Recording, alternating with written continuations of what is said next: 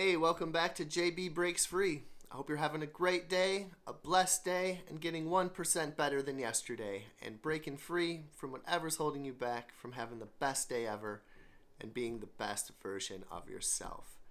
And that's my purpose and passion, and today is no different. I'm having a great day. The sun's peaked out. I made $50 Instacarting this morning. It's my dad's birthday. He's coming over to see the kids, have a little cake and dinner. My birthday is Wednesday. I always kind of liked being close to his in this time of year. So this could be my last video as a 42-year-old. I don't know if I'll get one out tomorrow. But it's been a good run so far, and I think it's going to be even better in the future. So it's all good there. Last week I did make $289 doing Spark deliveries and Instacart shops. That really helped the cause because I only worked 3 days last week due to our restaurant being shut down. And that also looks like that's going to be what it's going to be like for the foreseeable future for me. We're just overstaffed at the moment. That's really all it comes down to. You know, I was flexible, losing a couple Tuesdays and then having some 4-day weeks, but I don't even think that's going to happen. And I would say thank goodness that I put myself in this position to have a backup plan, to have another place where I can find some cash and some money, to have paid down my debt, to not be so materialistic and consumeristic. So we'll have to see how it goes. But that kind of leads me into the 3 topics that I want to talk about for today. I do like to start the weeks off with a Bible verse or 2 or 3, and this week I want to talk about worry because I think people could be worried in this situation, and how am I myself handling this situation, and I'll tell you about that. I want to talk about 15 ways not to break free. Don't do these 15 things if you want to break free. I also want to go through a couple journal entries. I haven't brought any of those up in a while that I wrote down before I was starting this break free journey. So I'll get right into it. It's like, what Bible verse would I want to talk about today? What can suit my life? And worry. And we talked a lot about worrying on this channel and not worrying because there's no sense in it. Most of our worries never happen. Most of our anxieties never happen, and there's healthy ways to deal with it, and that's what I'm doing. I'm pretty calm for the situation, but I wanted to bring up these 3 verses to kind of dig into it a little bit further. And the first is Philippians 4:6-7. It says, "Do not be anxious about everything, but in every situation, by prayer and petition, with thanksgiving, present your requests to God, which transcend all understanding." And I underline transcend all understanding. I love that part. "Will guard your hearts and minds in Christ Jesus." So we will be guarded if we, with prayer and petition, we humbly present our requests to God instead of worrying. The second verse is Mark 5:36. It says, "Do not be afraid, just believe." Okay. And the third one, Joshua 1:9. "Have I not commanded you? Be strong and courageous. Do not be terrified. Do not become discouraged, for the Lord your God will be with you wherever you go." And so I think what those mean is to center ourselves calmly, to take through prayer and petition to really think about what our next move will be, to face our issues with confidence because the Lord will be with us and has been with us. And sometimes that we can see it and sometimes that we don't necessarily understand it. But think about how many times in your life and in my life we said, "Thank God that didn't happen," or "Thank God this turned out the way it did." And why can't we notice that right now? What are some things that I would have begged maybe to not have had happen at one point in my life? My parents divorcing, I probably would have begged to have that not happen. Prayed to God. Any relationships that I might have been in, I would have been happy to continue those at the time, certainly until they ended. The neuropathy in my feet, I would have begged God for that not to have happened. The struggles that I've had at work, I would have prayed for those not to have happened. Dropping out of nursing school, I would have probably liked to have just slid right through that thing and aced everything and been very fine with it and was able to balance my life with all that and kids. But what blessings come from the stuff that we would have preferred not to have gone through, and that we can look back on it and see right now. My parents' divorce, maybe that showed me that I don't want to do the same thing. Maybe it would teach me to be a better husband and father, and where I should direct my time. Those relationships that I might have wished have never would ended. I would have never met my wife, and then never have had my two sweet girls, and any of the journeys that we've gone on, and that would not have been good. The neuropathy in my feet really made me focus and have empathy and want to take care of myself and be a better person, and maybe do some things that could get me off my feet at some point. My struggles at work have made me focus to try to get out of the rat race and at least have options for myself. Dropping out of nursing school, I remember laying on my bed being sad that I couldn't learn anything, and I was probably one of the lowest in my class of 98 graduation rate. And then I got to college and was getting all A's and everything, and I have a hunger to learn. And then I just wanted to learn. I started learning about finance, and I started learning about personal development and philosophy and all those other things that maybe if I just slipped right through nursing school and minimalism, we would still be in massive debt, and I could have a house full of junk and not as much time. I'd be working doubles, and I wouldn't have been able to make a YouTube channel, and who knows who really needed to hear this channel, and the connections that we've made, and who might in the future. So what blessings. So now, as I lose these shifts, can I see it in real time, what's happening? More time with my family, more time to do my side hustles, more time for YouTube. Little less stress, not going to lie, it's less stressful to drive around and deliver groceries than it is even on a good day, on a busy Friday night or Saturday night. As much as I love it, there's no room for error right there. Not much anyways. Time is our greatest non-renewable resource. I'm going to have more of that. I'm already blessed with a lot of it as it is. I understand that. It's easier to wake up early for me on the days that I don't have to worry about waiting tables all night. What sort of things can I see right now that losing those shifts could help me? And stuff that transcends all understanding, as it said in the first verse. So there will be benefits that come out of this that I don't even know about yet. And I think that's the way I'm going to face this next challenge, and I'll be sure to document the process. The next thing I want to talk about is 15 ways to not break free. If you want to break free, don't do these things. Let's get into them. Number 1, if you make a mistake, then repeat it. No, we learn from our mistakes. Mistakes are okay, but we learn a lesson and we try not to repeat it again. Number 2, find something that works, then stop doing it.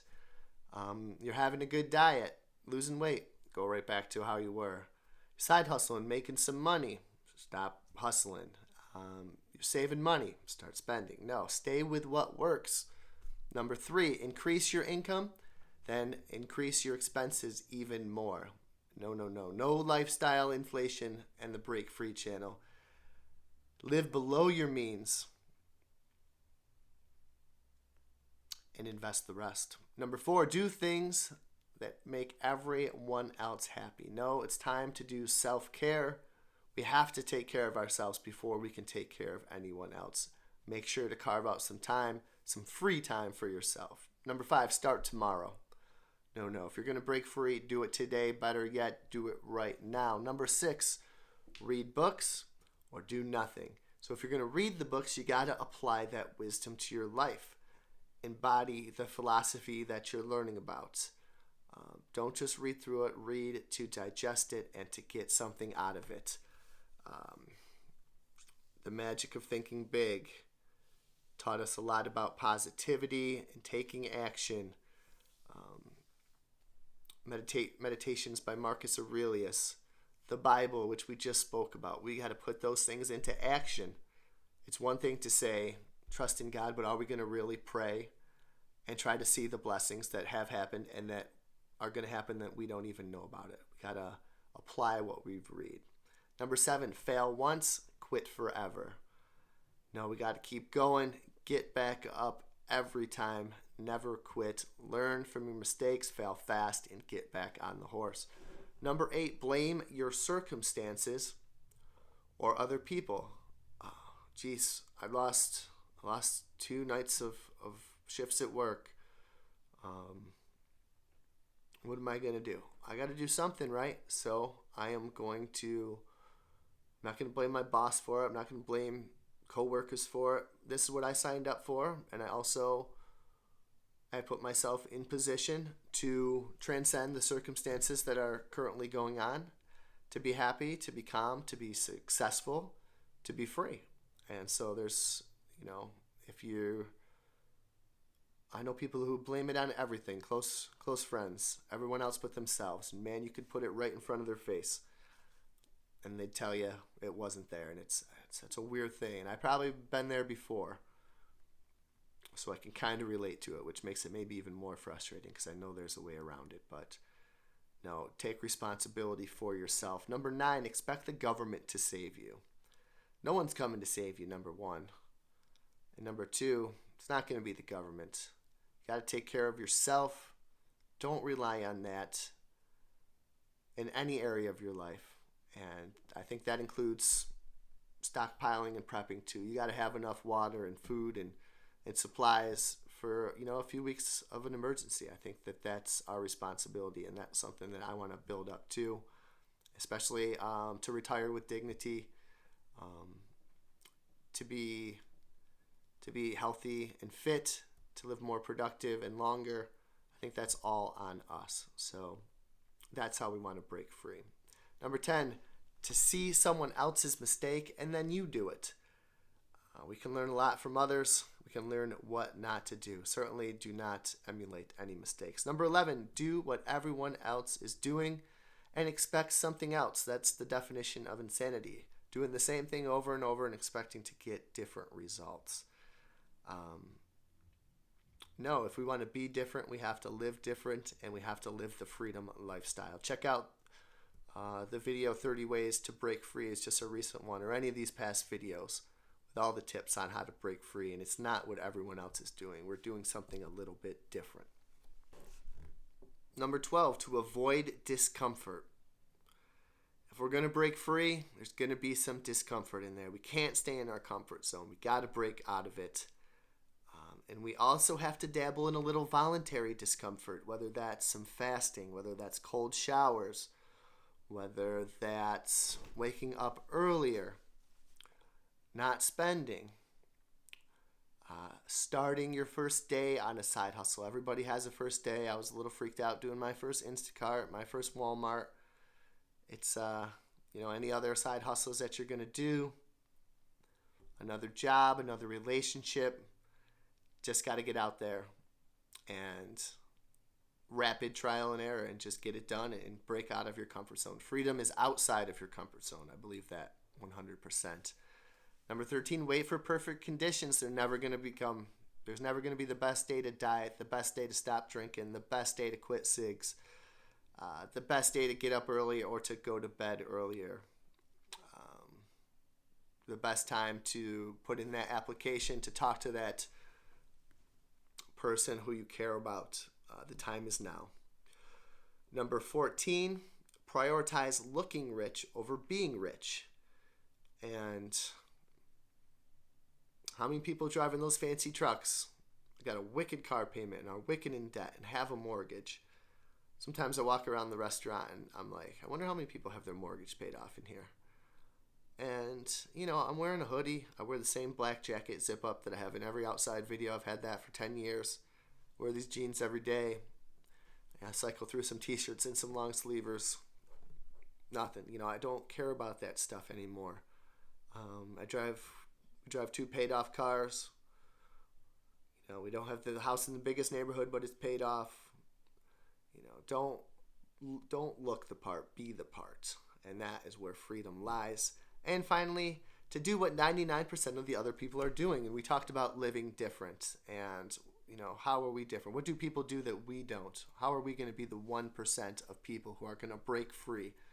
Well, Those people are going to be sleeping in. They're not going to read. If they do read, they're not going to apply what they read. They're going to have a bad diet of processed foods. They're going to have bad, healthy coping mechanisms like those Bible verses that we talked about. Instead of praying and understanding what could go on, there's cigs and there's Netflix and there's masking and burying all the emotions. Not tracking your money and tracking your food is something that I want to do also, because we can't measure what we don't track, and then we know what to cut. Not continuing to learn, having a growth mindset, no savings, no investing, no goals, no passion, no purpose, no plan, worrying about what other people think. That's all things that everyone else is going to do, and we're not going to do on this channel. We're going to break free and do the opposite of every single one of those things. We're not going to worry about the little things. We're going to worry about the big things, because what we spend our time on, that's where we will end up. And what are we spending our time on? Getting 1% better every day, enjoying the process, enjoying the journey, discarding anxiety. Action cures fear and intimidation. Savings, investing is going to lower our stress, giving ourselves options, not putting all of our eggs in one basket. That's how we're going to break free and be the 1%. And I hope you do the same. Now I will get into a few journal entries.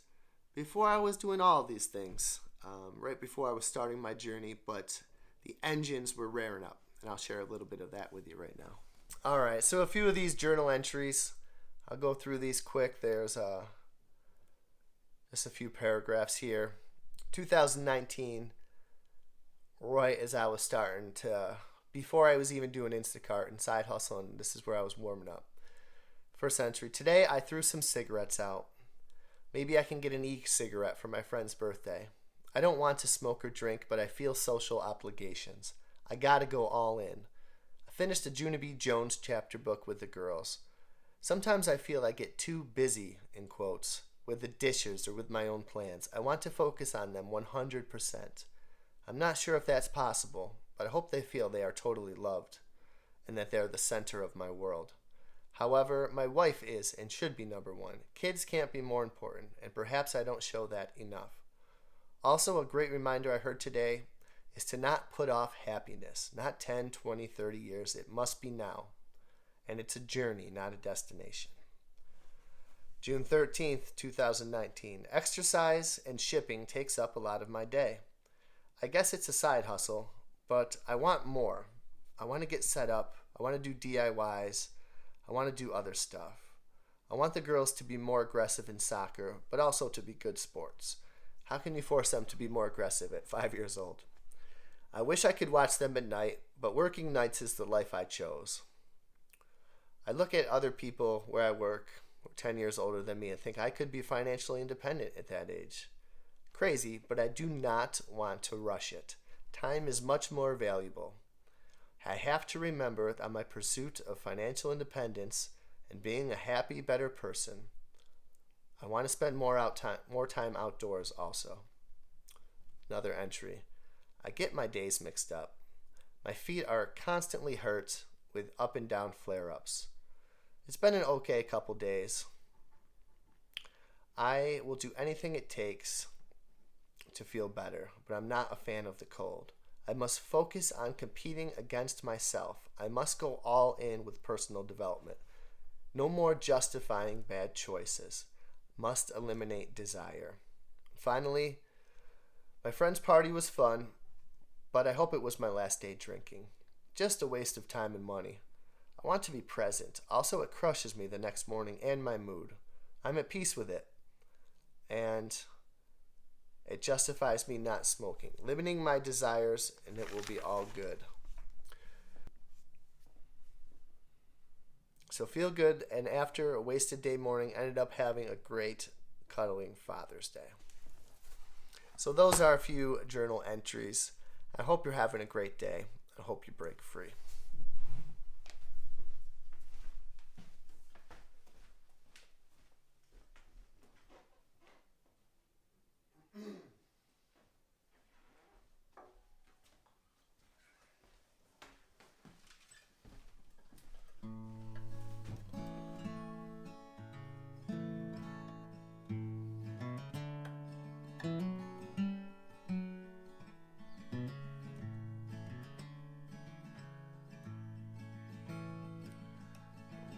Walking down the road and there's a whipping wind blowing.